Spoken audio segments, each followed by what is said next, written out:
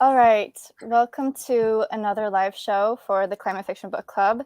This month in January, we read My Year of Meats by Ruth Ozeki.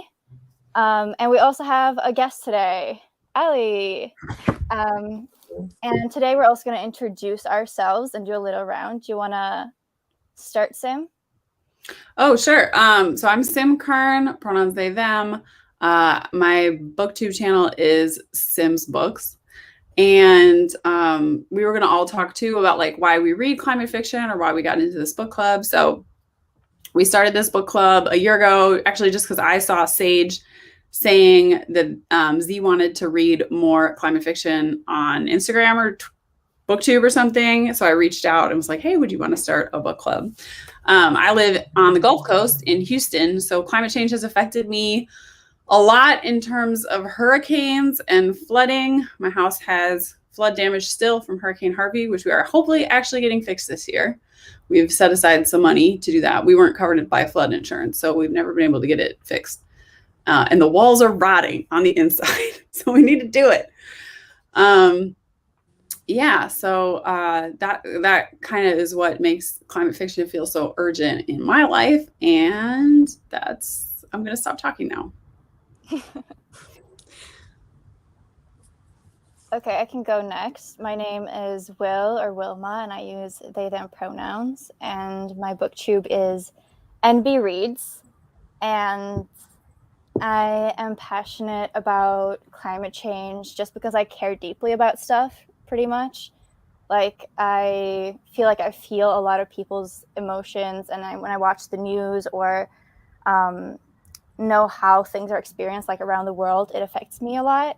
And so the best way I've found to deal with that is like to take action somehow, because when I become passive, like it just affects me even more, which is kind of like a selfish motivation. But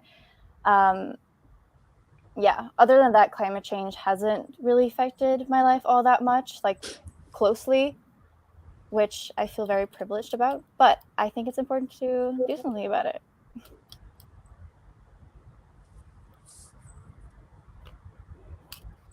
Call on someone. Sage, do you want to go? Okay. Hello, my name is Sage. I use these in pronouns, and my YouTube channel is just my name, Sage AG. And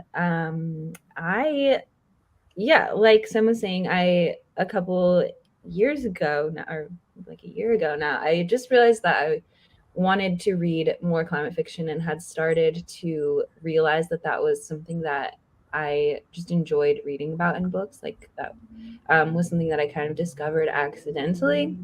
I've always been like a climate activist, I guess. When I was a teenager and like in my early 20s, I did a lot more like protesting and like specific direct action stuff. And then being an adult has been hard and weird. And so like action looks a lot differently now for me, I think. But also my life is much more impacted by climate change now. I live in Oregon, and the last 2 years alone have been wildfires and freezes, and I've been evacuated from my house multiple times.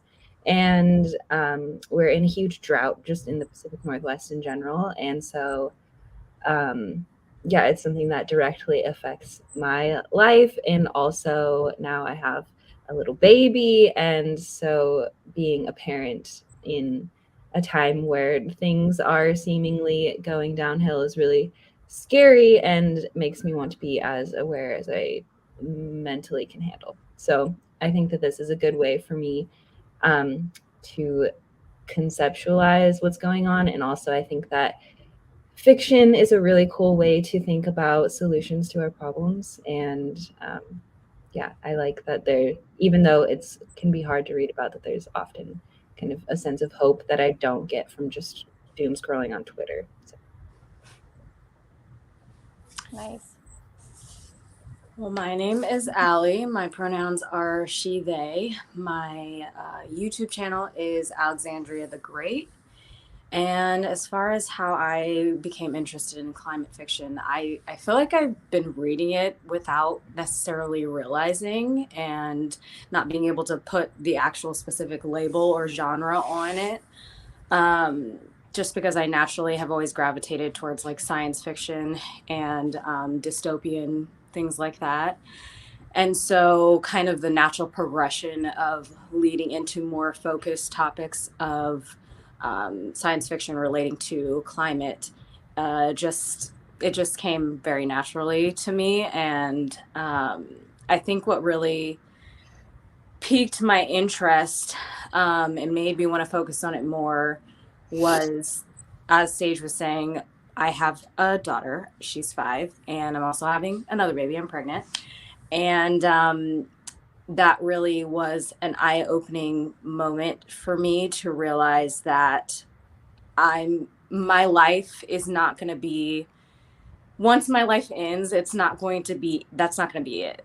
I'm still thinking about the progression of the way that things are going to happen because of my children and the things that are going to be affecting them as time goes on. And it can feel really overwhelming and very daunting. And I think that being able to read climate fiction is a way to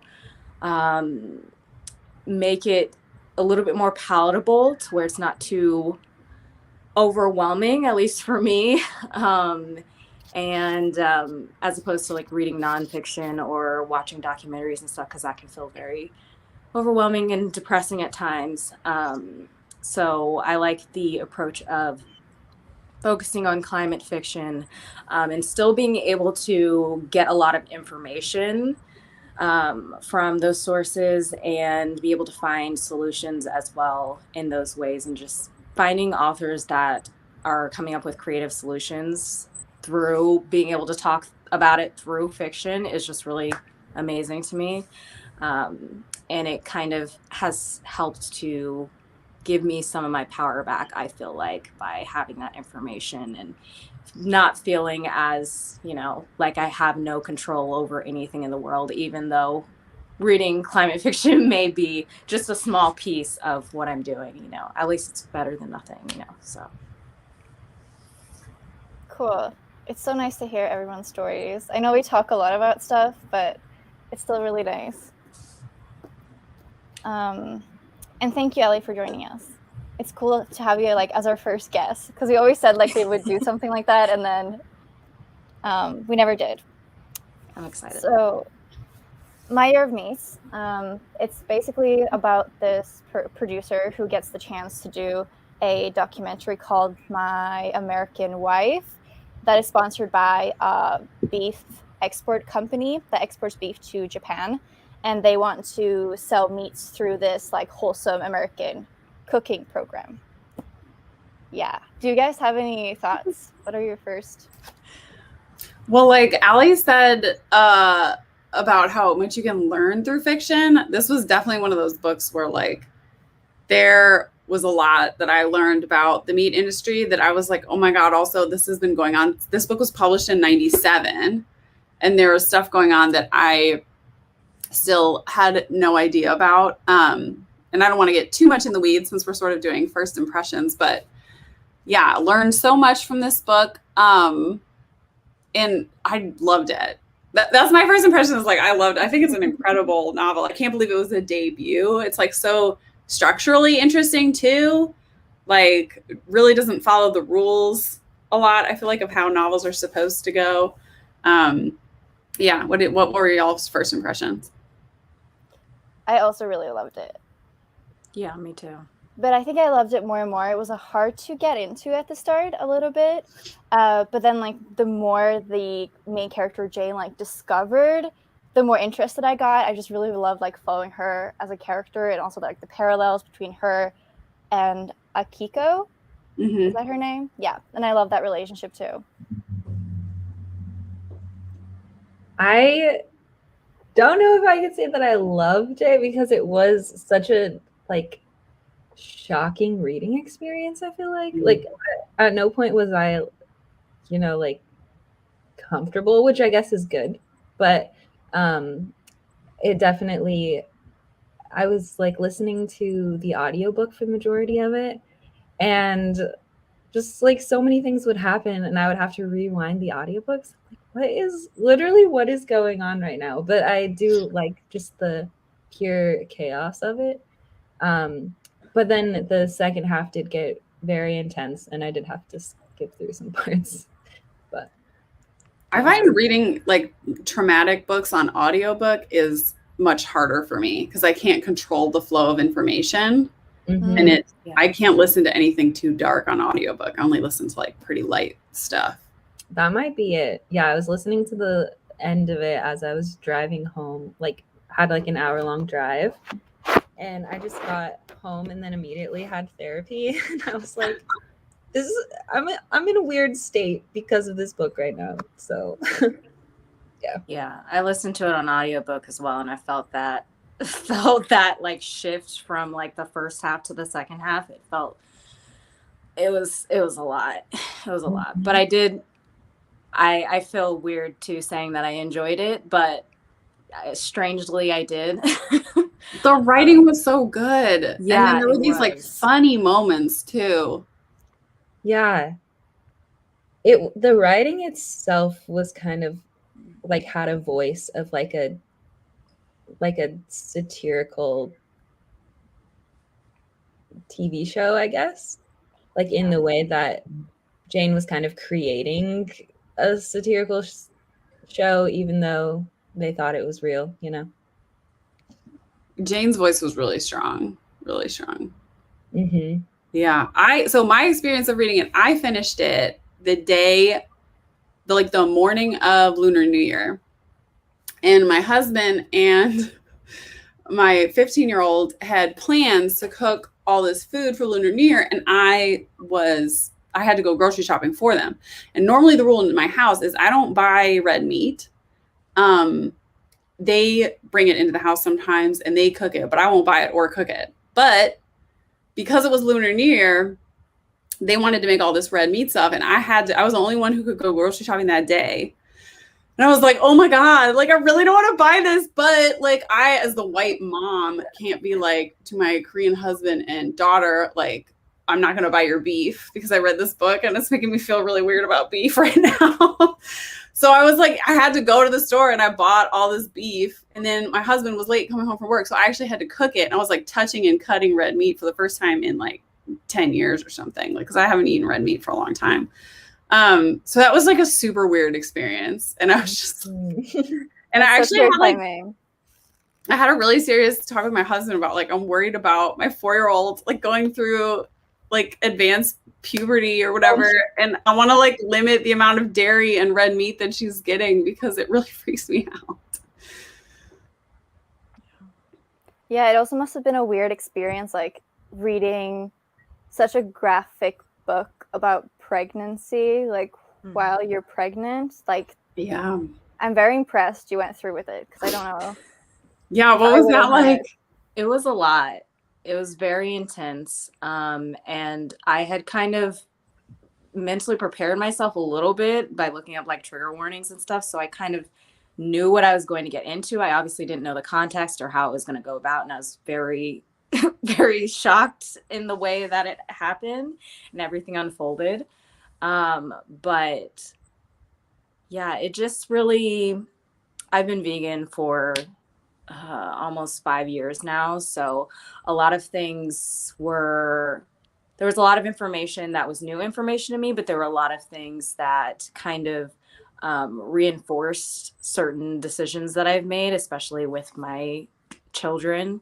And so, yeah, it was an interesting experience reading it, an emotional experience, especially reading it while going through pregnancy. And I wouldn't suggest everyone to do that. In fact, I probably wouldn't suggest most people to do that because it's a lot. But yeah, it was a lot for me, and I am not currently pregnant. But the pregnancy things were like, that's too much. And that's the thing about this book, though, that like the connections, I did not see the web of connections so clearly until now between like how, I don't know, good climate fiction does take these like global issues that are the political issues, the corporate issues, and the corporation is trying to make as much meat as possible, make as much profit as possible. the media is pushing it through this subliminal advertising that we don't even know is going on half the time, most of the time. You know, the whole premise of this reality show is to push meat, but none of the viewers are aware of that. And then how that's affecting fertility and cancer because of the drugs they're putting in the cows. The global is so intimate, and it does pollute our bodies in ways that is intimate. And she had a great, my edition of the book has a interview with her in the back. And I think the interview is like from the 90s probably. And there's this question that I hate this question when I get it as an author, which is like, aren't you worried about writing a novel that's too like causey or too preachy or whatever? And she said, I see our lives as being part of an enormous web of interconnected spheres where the workings of the larger social, political, and corporate machinery impact something as private and intimate as the descent of an egg through a woman's fallopian tube. This is the resonance I want to conjure in my books. And like, she super did that. Yeah, I just hadn't appreciated that full picture. And actually, my family was impacted by DES too. My grandmother was prescribed DES, and my mom had like all these health problems, had to have an early hysterectomy. It was like a miracle my mom was able to conceive, my brother and me, because her mom had taken DES. And my brother had cancer in college, and the only reason he caught it was because he had been told to monitor for it, because it was a cancer that was associated in like sons and grandsons of people who had taken DES. Whoa. So like, this is like super impacted my family on like a biological level, you know. That was just wild to me. And I had no idea DES was in cows. I knew DES about the fertility drug side of it, but I didn't realize it's in the cows and it's in the meat. I tried to look into like if DES is still being used kind of illegal. I know it was like banned, but they were in the 90s, they were still using it illegally. Everything I found online says like, yeah, it's banned, it's not used anymore. But I wonder, like, haven't they just like replaced it with other stuff that's probably maybe not quite as bad, but I mean, you are allowed to give like, I mean, all types of animal farming, like stock, basically get like a bunch of different hormones that are super allowed, like testosterone and estradiol. I don't know how to say that, but to basically control like the way, their lives and the cycles of the animals, like the natural cycles, and like especially with like cows are being milked as well, because they want the milk to like keep flowing and that kind of thing as well. I have like a lot. Okay, I did pick up a lot of books to recommend, but I feel like this one talks a lot about it, and it's still very relevant. Eating Animals by Jonathan Safran Foer. It's also a difficult book, and it's actually pretty old now, but a lot of the stuff is still like very relevant. If you want to learn more about it. If you guys are comfortable sharing, like Allie said, you said that you're a vegan. Like, what do you guys eat, and is this book going to change that at all? But I guess you don't have to share if you don't want to. Yeah, I mean, we eat pretty much everything except animals and things that come from animals. The way that I've had to kind of shift and reframe my thinking of eating in general, because I do come from having a disordered eating background, and so I definitely wanted to make sure that, especially having children, I am focusing on what we can have rather than the things that we can't have. And honestly, like the way that my eating was in the past, I eat way more variety now, and I've been able to introduce my family to a lot more variety of foods than we were previously. And I mean, yeah, we pretty much just eat. Like the other night I made pizza and we eat like French fries, and you know, we try to focus on like whole foods and stuff like that. But I mean, my kid sometimes only wants to eat vegan chicken nuggets, and you know, we do what works and, you know, figure out the rest of it as we go along. But yeah. I'll go since I asked the question. And y'all can share if you want. But yeah, like in our house, I haven't eaten red meat or dairy for years for like carbon reasons mostly. Not so much concerned about the health reasons, just more worried about climate change. But we do eat like chicken and fish, but like trying to keep it kind of minimal, like again, for like carbon. We'll have like one fish a week for the whole family. And then like, I'll get like small amounts of chicken to cook into like a stew or a larger dish. So, and then sometimes I cook vegan, but my family, they really like, again, my 15-year-old and my husband, like they really like meat. When it's their turn to cook, like they bring in meat, they cook meat, they bring in, they buy meat when they're out. And they don't enjoy the vegan food as much. If I was living by myself, I'd probably be vegan. But this has made me just want to be more conscious of everything that we're eating and definitely re-up and definitely limiting the dairy that my youngest daughter is getting. That really scared me how much hormones is in that and stuff. Yeah, so I've been getting recommended, well, not necessarily. My doctor was kind of like, you can give your kid like cow milk now if you want, or just like any other kind of milk just because they enjoy it, like not because they need it. But there were, like I get this like government assistance thing called WIC, essentially in infants and children, and so you like get specific types of food for free through it. And one of them, like you can only get like whole cow milk and like dairy products.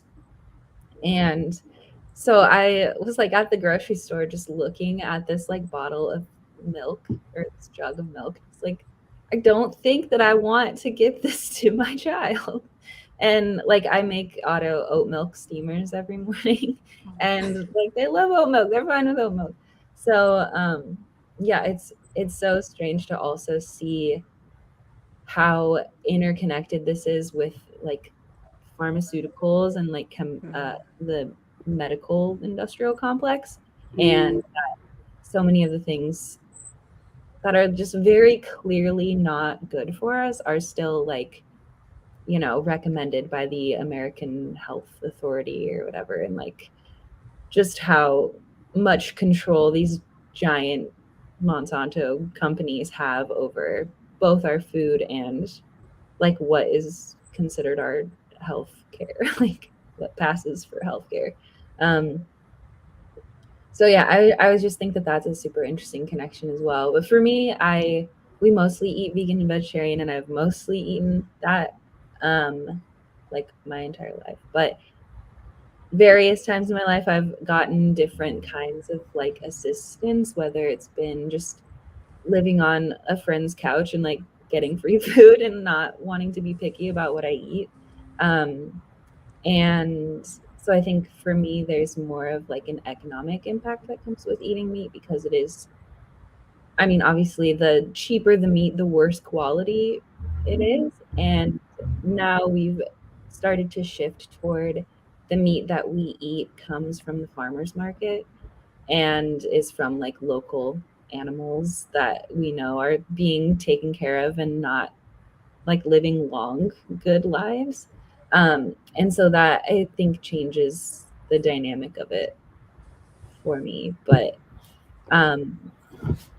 also like the economic part of that just means that we're eating a lot more vegan and vegetarian now, which is like great, because like what Ali was saying, it also opens up a lot more like freedom for variety. Like I feel like I also didn't eat a lot of variety of foods until I was like, okay, I need to make this mushroom taste good, and then it's like, okay, I'm not just gonna eat it by itself because that's disgusting. So I like learn how to make good vegan recipes and stuff. But I do think that this definitely reassured my kind of like disdain toward just buying meat at the grocery store, because it always feels gross, because usually it's like this was probably like warm at some point, first of all. Like it's hard to keep things properly refrigerated through all of the transportation it's gone through. And it's just gone through like so many different processes, you know, like from the cow and from the butcher, and but also like the packaging plan. Like every element is like a place where something was added to preserve it for longer. And so I just feel like every single part of it is gross, but it's also the most accessible for specific, you know, like things that you need in your diet. If you are, I don't know, if you don't have the ability, whether it's financial or it's just like the time to make more meals with a variety of things from like plant-based things. I think it was like, it's super interesting what you said before about like the corruptness of it. Because kind of like, it's also like something Jonathan mentions in his book, like how a lot of people who work for the FDA also like make money off of the industry. So when something is like FDA approved, it doesn't really mean that much, which is also a bit scary when like the things that's supposed to regulate what we eat don't really work in the way they're supposed to. But yeah, I'm vegetarian and I don't eat like dairy. But I do eat eggs, although I know like which farm they come from. Like they're very local, and I feel like okay about that because I know how the chickens are treated and stuff. And I mostly started like being vegetarian for the animals, because I would cry every time I eat meat, and it's like very emotionally draining for me, and it's just horrible. But then I started reading more about like the environmental impact and stuff. And how it's really big when it comes to agriculture and especially eating meat and stuff. And so I'm actually really passionate about it. I think it's like the probably the thing I'm most passionate about when it comes to climate change issues. Something that's like tough for me to navigate, and it was so well like explored in this book, is though how like okay, so like in our family, like, right, my husband and my daughter are super connected. Their biggest connection to their Korean heritage is through cooking. And most of the food is fish or beef based. And all the beef is actually like, I know, and especially from reading this book, it was like brought home so much. Like that was not part of a traditional Korean diet before the US started occupying South Korea and brought all that food. And spam like features, like especially like really low grade, like spam and hot dogs and stuff are incorporated in a lot of like Korean street food traditions and stuff because it was brought over by the GIs during the Korean War. And so but it's like, as the white person, I can't be like, your culture is wrong. Like this is really important to them. This and the fish is very traditional. And so, yeah, it's not my place to like tell police what they're eating, you know, obviously. But when they make food and they've made it, I partake of it and it's very delicious.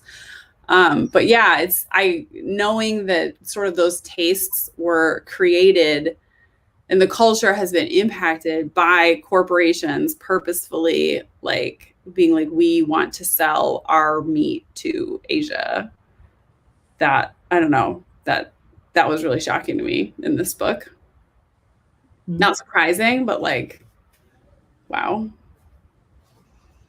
Yeah, the depth of the like commodification of meat is just so like shocking.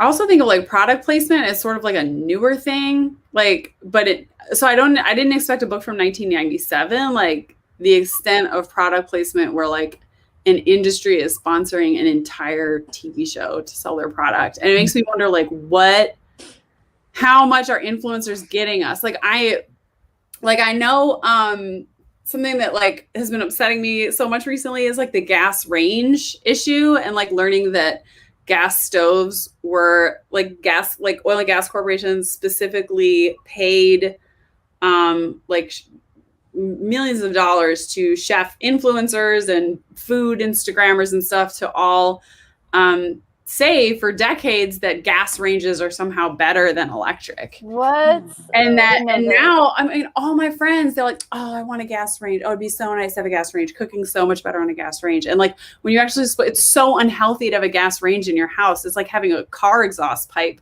stuck in through your wall. You know, it's really bad for you. And the gas industry like made that happen. So there's all these ways that we're being influenced to live less, you know, sustainable lifestyles. And I don't know. Yeah. It just has me wondering what I'm like not aware of that's influencing me. I feel like, yeah. Okay, go ahead. I just feel like reading books like this really brings a lot of awareness to things that we don't even think about. Like how everything, we're really being influenced in everywhere, every part of our lives, even if we try to avoid it. And it's kind of scary.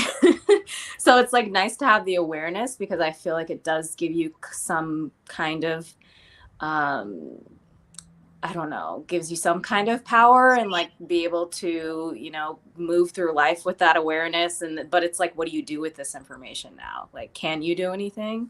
But I guess it's better to know than to not, or I would rather know than not know. So yeah. There have been so many times in my life where I'm like buying something, like it was actually my thought, like my desire to buy this, you know, like who is talking to me in my brain through like whatever I'm consuming on my phone. But I was going to say, I think that product placement has been like I think it's existed a lot longer than what we have been aware of, just like even, you know, like the tobacco industry being fully backed up by doctors and like recommended by doctors to smoke cigarettes, and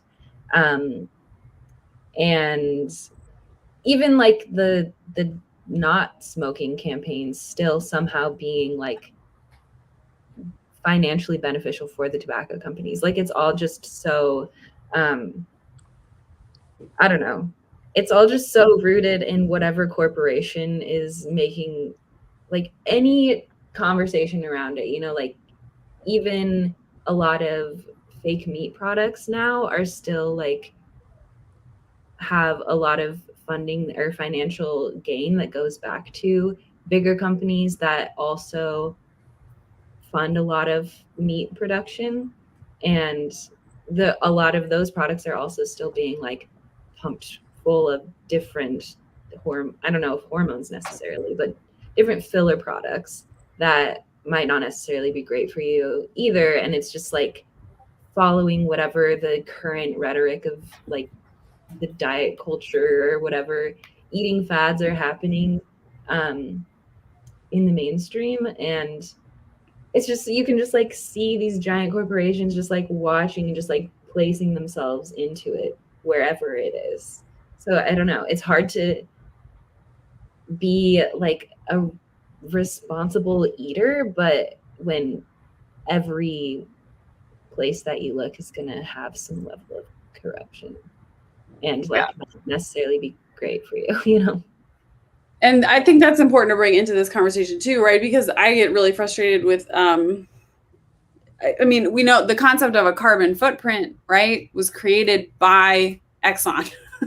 So that people would blame themselves for climate change and not the corporations that are doing the problem, right? Like the meat industry is to be blamed, not like someone eating a hamburger. So that, you know, I think that's really important to bring in this conversation, and it's, I don't want people to walk away and feel like, you know, the answer is never just like, oh, well, I can just become vegan and walk away. Like these systems are so powerful and the systems need changing, you know. I don't know how to do that, but that's why I kind of like this book, because it wasn't about what the individual people were really eating. It was like about how like she exposed this thing, or how she talked about it, how she like reached out to people and stuff like that.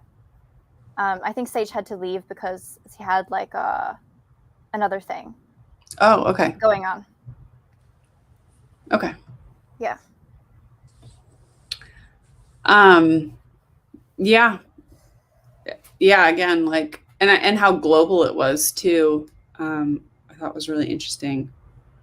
What did y'all think about like also the parallels between like violence against women in this book and violence against animals? That was definitely like something that stuck out to me. Yeah, I think that was it was interesting reading someone else's perspective of that, because I feel like that's something that I very much internally went through in the process of when I was pregnant the first time. And I ultimately, about a year after I had my daughter, I ended up going vegan. And I feel like I was just going through that experience, and it was just on the page for me, to be able to see that reflected. And yeah, it's, I don't know. I think it was like interesting how the husband that was like causing this harm was like the same person who was in charge of like the BFX communication stuff. Like there has to have been a point to show that, you know, how like the same person could do the similar things.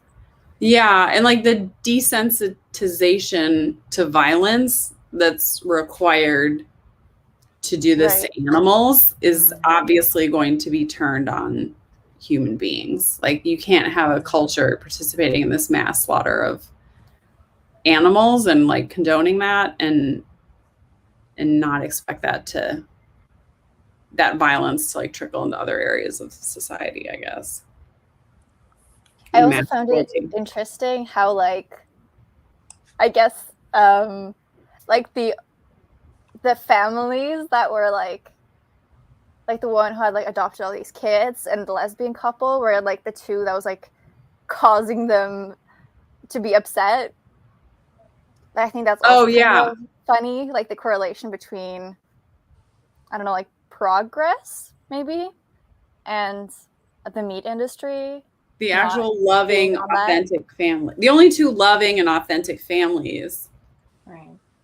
Were I think it was like a control thing. That's what it felt like to me. It was like the people that couldn't be put into a box or put into these specific categories that they could control and see what moves they were going to be making. Those are the people who were most threatening to them and their whole system. Because if you can't control those people, then everything will fall apart. So yeah. Yeah. They were selling white supremacy alongside meat, you know? Yeah. And like Japan. American. Like this is what your American wife, like this is what you're supposed to aspire to be. And it's like white and blonde and Christian, you know, wholesome Christian and like red meat eaters. Like and American. That's the package. Yep. And what? American. Yeah, an American, right. Yeah.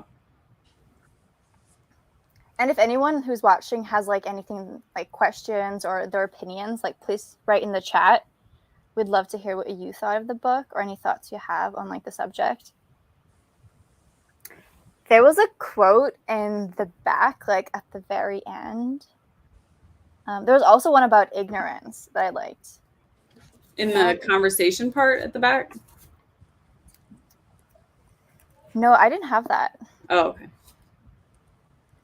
It was kind of like the same, but I would like to think of my ignorance less as a personal failing and more as a massive cultural trend, an example of doubling of psychic numbing that characterizes the end of the millennium. If we can't act on knowledge, then we can't survive without ignorance. So we cultivate the ignorance, go to great lengths to celebrate it even. The full dumb aesthetic that dominates TV and Hollywood must be about this. Fed on a media diet of really bad news, we live in a perpetual state of repressed panic. We are paralyzed by bad knowledge from which the only escape is playing dumb. Ignorance becomes empowering because it enables people to live. Stupidity becomes proactive, a political statement, our collective norm. I thought that was good. Did you have any thoughts about like the ignorance part of it? Yeah, well, we keep the feedlots really hidden away, right? And people are very disconnected from their meat. We've hidden away the whole process. You know, you pass like chicken farms now and it's just like a giant long building with no windows. And people don't want to know. They don't want to look at it. They don't want to think about it. I mean, I don't. When I do eat meat, like I just compartmentalize the part of my brain that knows these things. Yeah. Cultivated ignorance is, I mean, that's a powerful phrase that applies to like a whole lot of stuff. Yeah. Especially everything climate related. I feel like you really have to learn how to separate things in order to move forward, or else you'll just there's this paralyzing fear that happens, and it's like, what do I even do with this with this information in order to move forward and live my life and, you know, be in this world where all this corruption and lies are happening. It's like you want the awareness, but then you can also understand. I can also completely understand the people who are like, I don't want to hear it, you know, because it would force me to have to change things about my life, even if it's just my mindset. And that's really hard. Yeah. Penguin Stories wrote, I didn't read the book, but I always just enjoy hearing you all discuss things. I really appreciate the food talk and related to it a lot. That is such a good quote. Thanks, Penguin Stories. Yeah, but I also like the part of the quote where it's like, the ignorance is not the fault of the people. It's like yeah. But it also made me think of like the thing that Sage said about like smoking and how we kind of think it's still cool, like as a society, you know?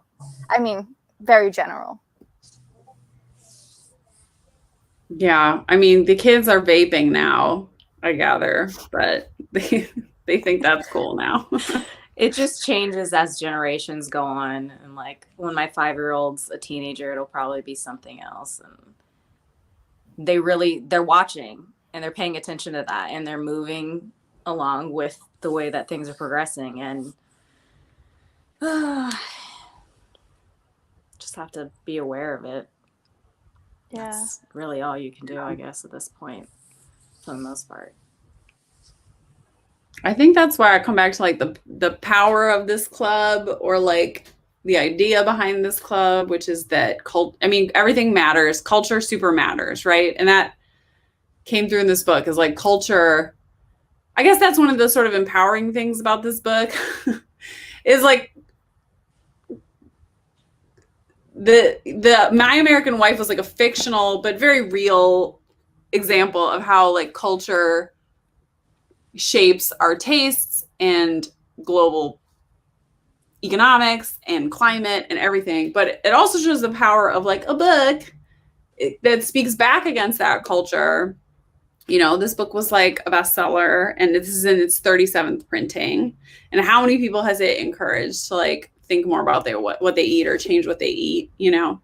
So coming back to climate fiction is really important. And we should all read lots of it and support it.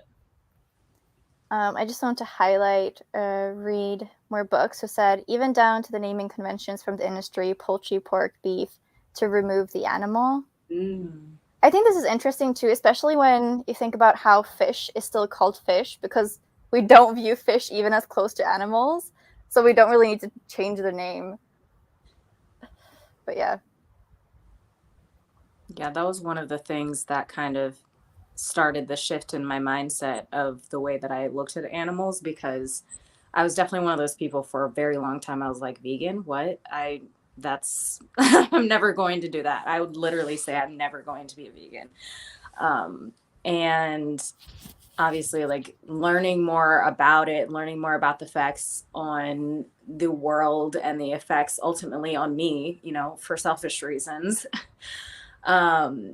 It definitely played a role. And just like the smallest things really affect our entire mindset and the decisions that we make moving forward. So like even saying things like, oh, this is a dead cow or this is a dead pig, you know, now when I go to like grocery stores and stuff, I can't look at meat and see meat. I don't see food anymore. I was talking to my partner about this actually, and it's still like a strange concept to me because I feel like it happened fairly recently because most of my life I did eat meat and I did see it as, you know, food in that way. And I'm still able to make the connection that there are a lot of people, and, you know, the majority of people do still see it that way.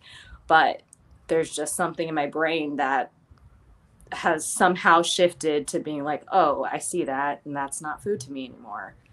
And yeah, it's just really powerful how small things can have an impact on the way that our minds work, and especially climate fiction, even though you wouldn't necessarily, I think a lot of people wouldn't necessarily think that it could have like a huge impact on the decisions that you make throughout your life and having an impact on the world itself. It definitely can. I think that's what it's there to do. Yeah. You both talk so fondly about climate fiction. It always gets me excited. Okay. Well, answer that, Will, because... Yeah, Lily A., why did you decide to read this particular book? Did you know what to expect when you started it? So I actually read A Tale for the Time Being by Ruth Ozeki a couple of years ago, and gave it 5 stars. I really loved it, and so this has kind of like been on my radar for a long time. And then also, I think more than a year ago, I did like a my TBR recommendation thing where you ask for like recommendations, and then professional book recommenders give you recommendations. And this was like kind of a bonus recommendation because the person had seen that I already liked a book by this author, and I wanted more climate fiction related books. So I kind of already knew that it was going to be about like agriculture and farming, but nothing more than that. But I thought it'd be really fun to discuss it with like this particular book club, because food and farming and like eating animals and stuff is not something we've touched on so far in the book club. And I really want to bring that discussion here. I'm so glad you did. It was great. Nice. I'd never heard about the author or the book or anything, so I was really intrigued when I heard about it. And yeah, I'm very glad that I got to read it, and I'm looking forward to reading more by the author as well. And I think that too, like, it's such a challenging topic to write about, not just climate fiction, but like food in general, because it's such a nuanced topic for all of us. Like, it goes into every area of our lives, even if we don't even necessarily think about it. And so it really affects people very strongly. And so I think that finding ways to approach the topic and finding other methods to kind of weave into the stories and be able to like see that reflected in the story, like the way that it really does go into every area, was just really, I think that was really amazing that she was able to do. Yeah, I agree. I also liked, there was this part in the book where she just stopped and she was like, I'm pausing the narrative here and I'm going to tell you about the history of DES. And you got like one chapter that was just like research. Yeah. And I like that in a book. Like, me too. Something, you know? Yeah. I feel like most editors and stuff, especially these days, would be like, no, you're not allowed to do that. You need to like weave it into the story so people don't even notice it. But I really like appreciated that. And yeah, just thought it was like really innovative in that way. And it didn't, most books, you know, we read lots of books. And so most books, you kind of know where they're going and the vibes kind of stay consistent all throughout. And the plot follows the story wheel and everything. And this one just, I didn't know where it was going. It felt very much like a thriller to me. Like the way that it kind of started kind of at a slower pace, and then towards the end it like sped up.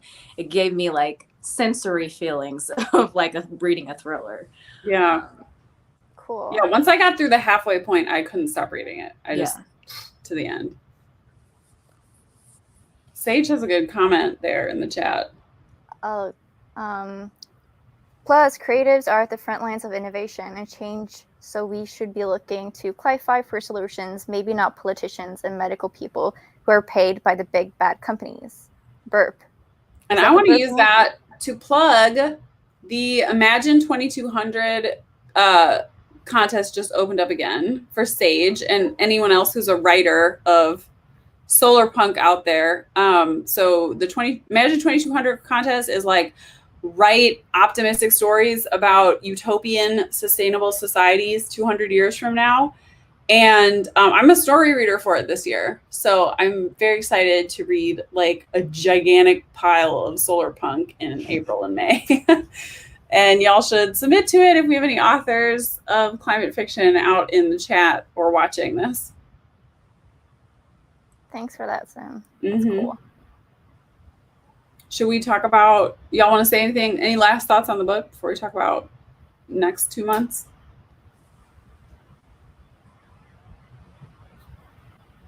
Anything we didn't talk about? We didn't talk about the relationship between Jane and her guy, which was the one like unconvincing part of the book for me. I thought he seemed like gross. Yeah. Like, Yeah.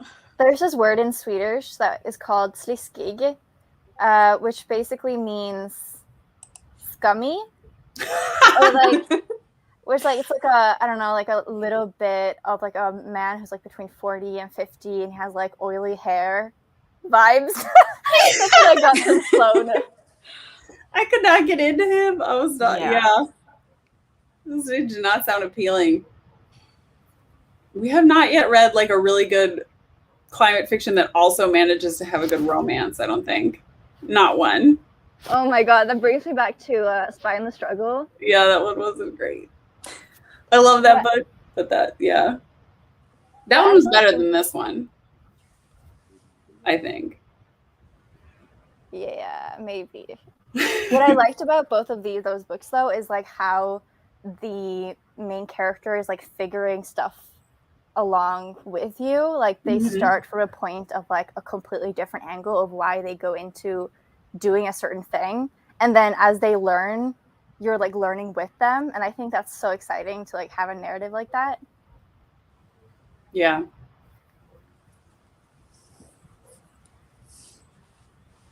Well, Sage, if you're still listening in the chat, if you want to put a plug in for clean air, or we can try to talk about it. I don't know too much about it. Allie, you want to join us again next month? Sure. I've been wanting to read that book since I heard really? it was coming out. Yeah, I loved the first book by the author. So I've been like itching to buy it. So this would be a good excuse. What's the first book by the author? Nama. Mm-hmm. It's like the Noah's wife retelling. It's so good. Oh my goodness. Oh, Sage is driving. Oh gosh, no. We'll talk. Go. Okay, are you pulling it up? Is it called Clean Air? Clean Air by Sarah Blake.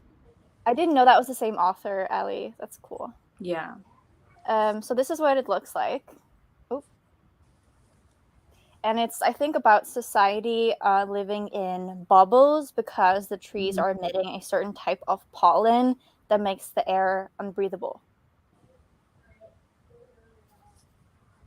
And that will be next month.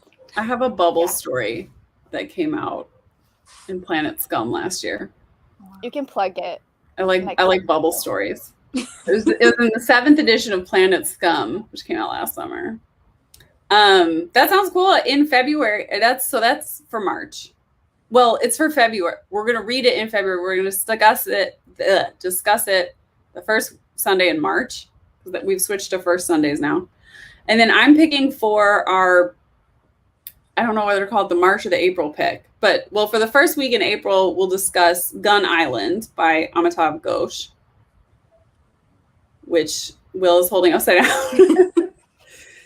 And I know it's about climate change and guns, which I haven't wanted to read. I've like wanted to read it, but like haven't wanted to read it because guns scare me. And anyways, but let's read about guns, meat and guns, right? And climate change. It's all connected. Yay. Will, do you know what your pick's going to be for after that? Yeah, I do actually. So we're actually reading an anthology collection. Yay, you picked an anthology. Okay, we've Yes, been meaning to it's do that called, for so long. I know. So this is Disruption. It's loads of different authors, but it's called Short Story Day Africa is in the Catalyst Press.